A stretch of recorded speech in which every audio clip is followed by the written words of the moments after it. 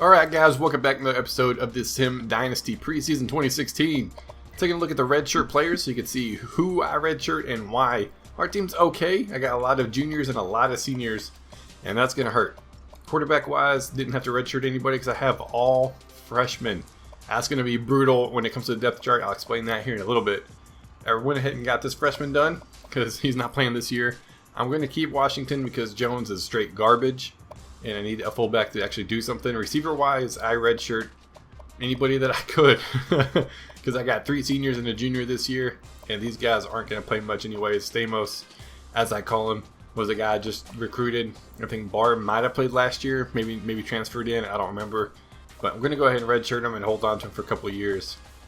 Tight end, same thing. I got a freshman and a sophomore. I'm going to let the other freshman and junior play this year.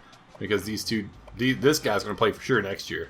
The offensive line, that's struggle bus. That's what we have our biggest issue with. Even with redshirting who we did, I just got a lot of upperclassmen.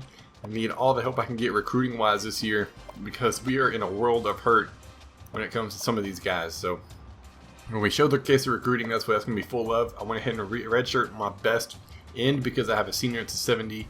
He's going to start the other side. It's going to work out pretty good for us. Defensive tackle wise, just upperclassmen. Man, we got 3 seniors and a junior. That's just brutal. Texas State gonna be hurting, but Smith will play. Never redshirt, just true senior, and then I'll have Washington after that with Vincent as a backup if I need him, or I can move him somewhere else. I mean, I'm looking pretty good defensively. I just have a soft spot in my defense at corner. My corners are garbage, dude. I mean, this year I'm not losing much, just 1 senior, but 2 seniors next year. That's gonna hurt. Same thing with my safeties. I got a couple of guys I'm redshirting to hold off. And then strong safety, really good class coming up there. Redshirt wise, I redshirt pretty much anybody and everybody I could to help out. Now for the custom schedules, the computer tried to jack with me, man. They gave me like Florida State and Alabama like 2 and 3. I'm like, no, I'm not going to play them. I'm playing SMU and I'm playing my bowl game rematch against Purdue because I want to. So I have bye week 1, bye week 4. And then I gave myself UMass week 12 just to hopefully get some for sure wins. No FCS teams this year. I went kind of crazy with power off my wins last year. I'm like, yo, we don't need FCS teams to win anymore. And I didn't showcase Opie's teams because I was too busy talking about my team. I'll still get his team. My bad, dog. My bad. He's got Akron, UAB, and a rematch of his bowl game against Kentucky. And then a bye week, and then a bye week 7, and then his rest of his season's booked as well. He's looking for the 3-peat this year for the conference. Maybe, unless we can knock him off. Maybe. Would be pretty nice. But we are ready to roll. I think we're going to showcase depth chart after week 1 so you guys can see what we're doing there. And then recruiting week 2, because no point showing it now. Or week 1 when half that board's going to be gone anyways. So we're going to advance it. We're going to start the season, and we'll be right back. Alright, we're in week 1. Have a bye week. And put my recruiting points on my people. Like I said, I'm not going to show it because I'm probably going to get rid of about half that list anyways. I did it in the Patreon Sim Dynasty, and it was just brutal, man. Like I went from 35 down to 12 after the first week. So that's what we did. Checking out my job security since I have been so iffy the past couple of years. 100%, baby. Looking at my contract, I just need to win 5 games, and I'm good. And looking at our first year 0-12, second year 3-9. Last year, 7-6. So this year we're going 14-0. You heard it here first. Sam Wilson guarantees undefeated season. Maybe, well, hopefully not. We'll scratch that. I didn't say that. Checking out my philosophy, I'm actually changing the way we're running the ball this year because of the playmakers I do have. We're going to go option run. We're going to run offense a lot more. We're going to sub a little bit less. We're going to stick to our 4-3. We're going to play the run defense. My secondary not quite as good as it has been the past couple of years. So I think we're going to shade more to the run defense. Checking out the preseason polls or the championship contenders, whatever you want to call it. Notre Dame number 1, followed by Auburn, UCLA, Clemson, which is crazy because Clemson is 99 across the board. Notre Dame and all of them are just 97s. It's like, golly, so many. Like, look at Washington, 88, 88, and 90. They're number 7 in the world, man. That's insane. Let's see where we end up. Hopefully, there's UTSA, freaking 32. 91, 91, 92? Holy crap, he's in my conference. Dang, no wonder he keeps winning it. Where am I at? Top 50, top 60, top 70, top 80, 84. We fell off a little bit. We were supposed to be, I think, no, we're supposed to be in the 60s or the 80s this year. I think 60s maybe next year. But hey, I'll take it. We're at 86 overall, 83 offense, 88 defense. That's a lot better than the 100s where we've been sitting.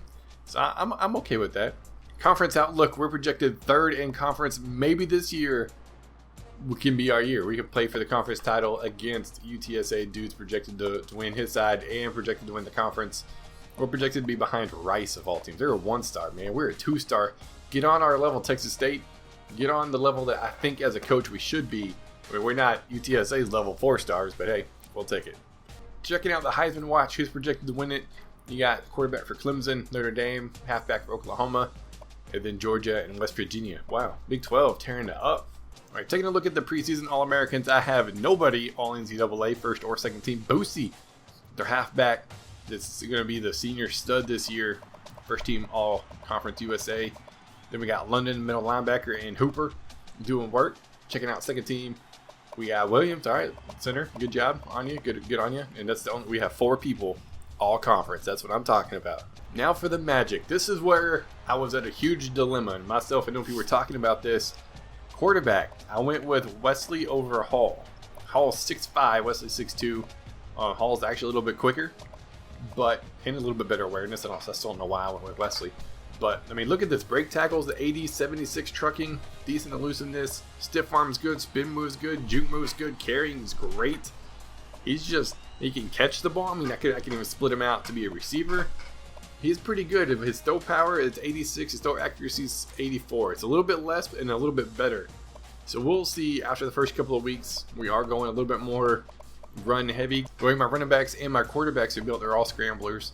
We'll see. I might end up swapping the Hall later in the season, but right now I'm happy with that decision. On the running back position, Boosie doing work, 95 speed, and then Manning's just going to run over you after that. We got a couple of good running backs.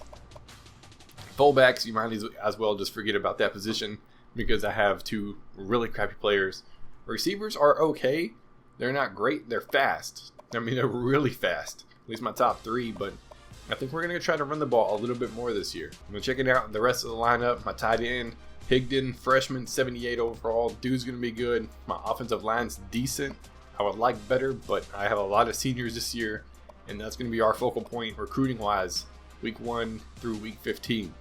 Defensive tackle's great. Linebacker's good. I'm sticking with the 3-4 because I think my linebackers can handle it this year. And my corners are kind of shoddy after the 4th string. I mean, 88's good, but we're just kind of lacking in that position.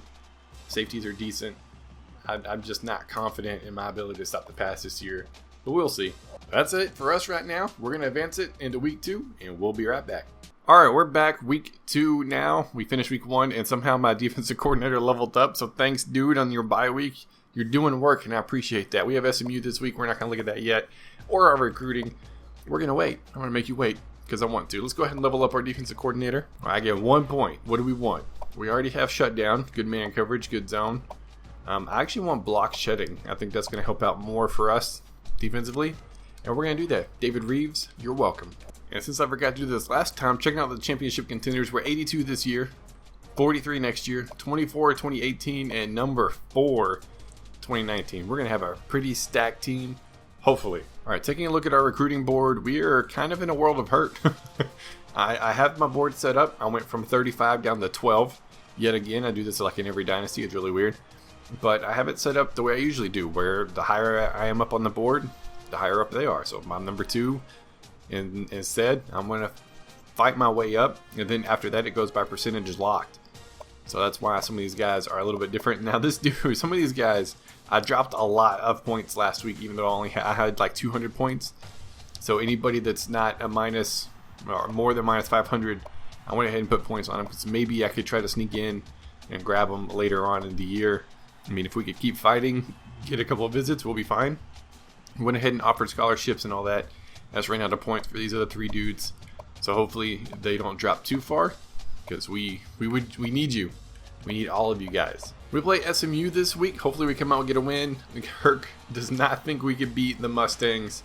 They have us in offense. We're a B-, they're a B. We have overall ranking and defensive ranking.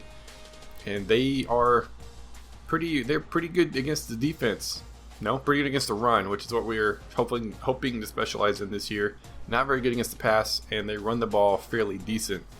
So we are focusing this year on the defensive for the run, and one of you guys had mentioned to do it as a per week basis. So just my play style, and often like more rush, more pass, same thing for the defense per week. But he also said earlier on in the year, it's harder to tell that based off of like one game or something. So we're going to hold off on making any adjustments for now. We're going to leave it as it is. Option heavy team. Hopefully it transitions into wins. But we are done, man. That's going to be it for this episode. Be sure to check out Opie's channel. Links down in the description as always. And see what he's doing over there with UTSA. But that's going to be it. Hope you guys enjoyed, and I will see y'all next time.